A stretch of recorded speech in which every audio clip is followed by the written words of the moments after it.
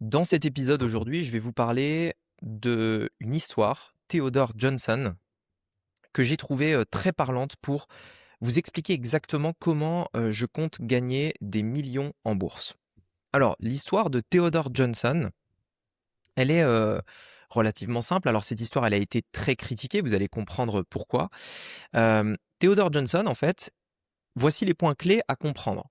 C'était un livreur chez UPS. Et en fait, il a travaillé chez UPS toute sa vie, donc vraiment une carrière complète. Et ce qui est assez fou avec Theodore Johnson, c'est qu'il n'a jamais gagné plus de 14 000 dollars par an au cours de sa carrière. Alors, ce qui fait quand même un salaire qui reste intéressant parce qu'il y a de l'inflation, etc. Néanmoins, 14 000 dollars par an. Il n'a jamais gagné plus que 14 000 dollars par an. Donc, vous voyez, hein, ça fait à peu près 1 200 dollars par mois. Ce qui s'est passé, c'est qu'un jour, alors un ami à lui avait dit qu'il avait une taxe sur son salaire et qu'il devrait la payer sans réfléchir. C'est-à-dire que avant de dépenser quoi que ce soit, il devrait mettre 20% de tout ce qu'il gagne de côté et l'investir systématiquement. Alors, il y a cette loi qui est partagée en fait par Robert Kiyosaki. Si vous avez lu le livre Père riche, Père pauvre, il parle de ça, Robert Kiyosaki. Dans son livre, il explique que on doit, une règle simple que vous pouvez retenir, on doit toujours se payer en premier. Toujours se payer en premier.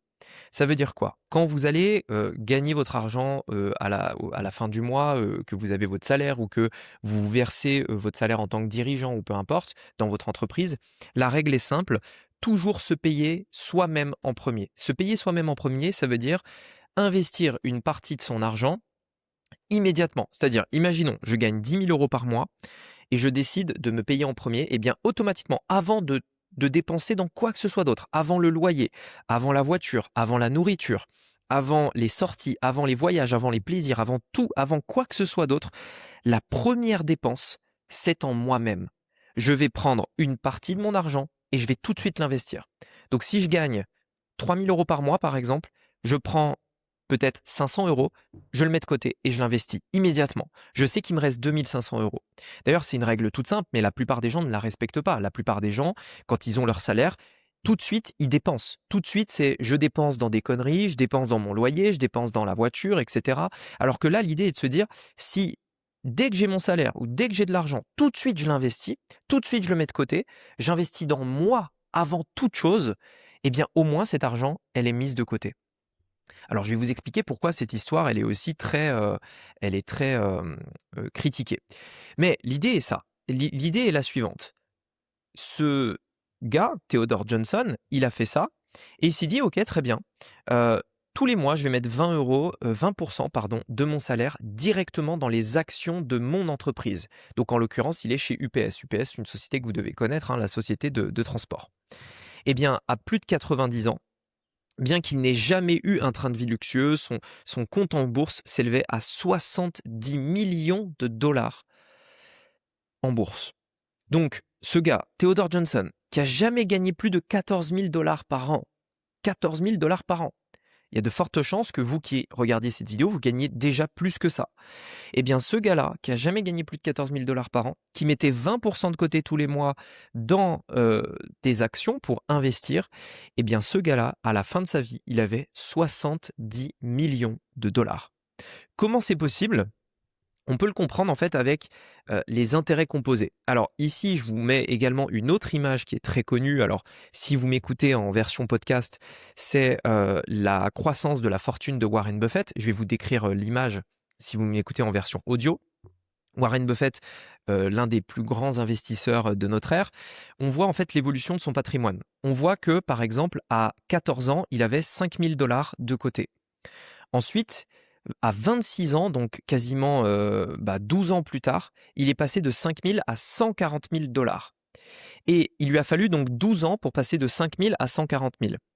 Mais seulement 4 ans après, il avait 1 million de dollars. Donc 140 000 dollars à 26 ans, 1 million de dollars à 30 ans. Donc 4 ans plus tard, il a fait 10 fois plus quasiment. Ensuite, il est passé à 1 400 000 dollars à 32 ans. Puis, il a dépassé les 10 millions à 37 ans. Ça veut dire que de 32 à 37 ans, en 5 ans, il est passé de 1 million et quelques à 10 millions. Ensuite, il est passé de 10 millions à 25 millions en 3 ans supplémentaires. Et ensuite, tout s'est accéléré puisque à l'âge de 44 ans, il avait 19 millions. Bon, là, il y a eu une petite baisse parce que c'est le marché qui a baissé. Et à l'âge de 44 ans, 67 millions. Et ensuite, ben, tout est allé de façon très exponentielle. Et en fait, il y a il y a un point qui est très intéressant sur Warren Buffett qui disait qu'il a fait plus de 90% de sa fortune après l'âge de 70 ou 80 ans, je ne sais plus. En fait, la très grande majorité de sa fortune s'est fait après l'âge de 70 ou 80 ans. Est-ce que ça veut dire qu'il n'avait pas d'argent avant? Non. Ça veut dire que la majorité de sa fortune s'est fait bien après. Et ça, c'est l'effet cumulé. En mettant une petite somme tous les mois avec le temps, avec l'effet cumulé, ça va grandir de façon exponentielle et sur le long terme, ça vaudra énormément d'argent. En fait, on se rend compte ici que, et c'est d'ailleurs tout le sujet de cette vidéo, vous allez gagner plus dans votre vie en investissant une partie de ce que vous gagnez en bourse et en laissant faire la bourse faire le travail, ou un investissement quel qu'il soit, que dans votre activité principale. Et moi, aujourd'hui, j'ai basé en fait toute ma stratégie long terme sur ça. Je pense au fond de moi, je pense fondamentalement que je vais gagner plus dans ma vie en investissant en bourse et en ne faisant rien et en attendant que dans mon entreprise ou dans toute activité que je pourrais avoir dans ma vie de tous les jours. Alors, ce que je vais faire, c'est que je vais quand même faire mon maximum pour gagner le plus possible à court terme, parce que plus je gagne beaucoup d'argent à court terme, plus je peux l'investir, et plus je l'investis tôt, plus l'effet cumulé pourra être rapide. C'est-à-dire que si je peux mettre plusieurs millions de côté avant l'âge de 30 ans par exemple, eh bien en fait ça va aller forcément beaucoup plus vite que si je mets plusieurs millions de côté avant l'âge de 50 ans. Tout simplement. Donc l'idée est de gagner un maximum, mais d'éviter de trop le dépenser au début, bien qu'on peut se faire plaisir à court terme, pour faire jouer l'effet composé.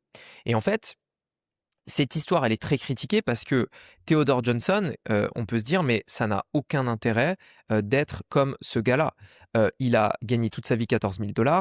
À la fin de sa vie, il avait 70 millions de dollars, mais en fait, il n'en a jamais profité. Il n'a jamais dépensé son argent. Il était tout le temps dans la même maison que celle qu'il avait. Bref, il n'a jamais profité de son argent. Et je pense qu'en fait, en effet, il faut trouver le juste milieu entre Theodore Johnson, par exemple, et vous, ce que vous pourriez faire. L'idée est d'éviter d'être dans le profil de gens où vous allez gagner votre argent et le dépenser directement. L'idée est de se dire que, au fond, dans votre vie, si vous êtes discipliné et que vous êtes patient et que vous investissez une partie de votre argent parce que vous vous payez en premier tous les mois, sans exception, à la fin de votre vie, il y a de fortes chances que quand vous faites le bilan de votre vie, vous avez gagné plus d'argent en bourse ou dans vos investissements que dans votre activité principale. Il y a de fortes chances que ça soit le cas. En revanche, l'idée n'est pas d'être le plus riche du cimetière. Je pense que personne n'a envie d'être le plus riche du cimetière. Et donc l'idée est d'avoir cette discipline et cette patience en se disant, je vais de façon disciplinée investir une partie de ce que je gagne en bourse sans réfléchir. Je me paye en premier.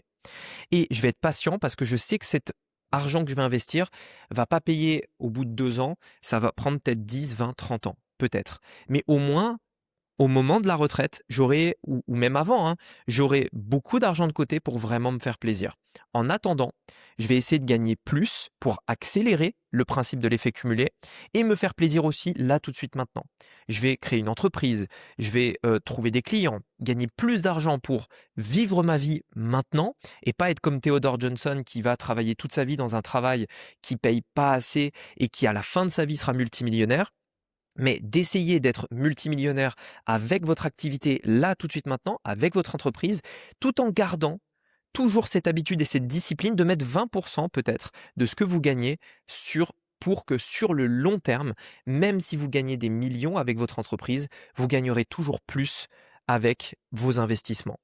Et le vrai intérêt de gagner plus avec ces investissements, c'est que les investissements, c'est du passif, c'est une retraite.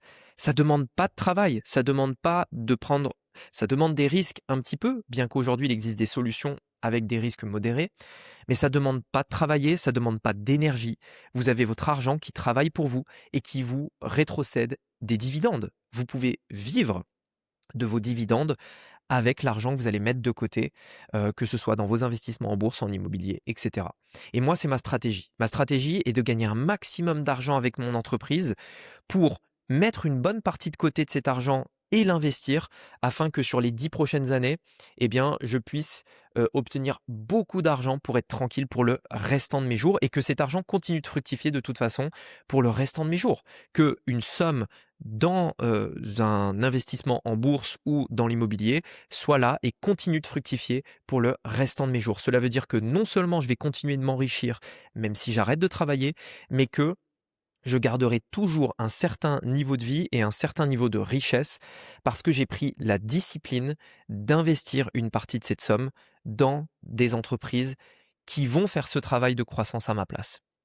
Et je pense que aujourd'hui, avoir cette discipline de se payer soi en premier, très peu de gens sont capables de le faire. Mais quand vous faites les deux, c'est-à-dire vous gagnez plus d'argent pour aller plus vite et mettre en place cet effet cumulé le plus rapidement possible, et que vous avez cette discipline de l'investir, pour moi, vous avez le meilleur des deux mondes et un maximum de chances de gagner des millions en bourse et peut-être qu'à la fin de votre vie, ou même bien avant, gagner beaucoup plus d'argent en bourse ou dans vos investissements que vous ne le feriez dans votre activité principale. Dites-moi si ça vous intéresse que je fasse plus de vidéos sur l'argent, le dépenser, l'investir, l'utiliser. Si ce genre de vidéo vous plaise, eh bien écoutez, dites-le moi en commentaire si vous m'écoutez sur YouTube ou alors en me donnant votre avis sur Spotify directement dans les commentaires. Sur ce, je vous dis à très bientôt dans un prochain podcast. C'était Rémi, à bientôt. Ciao.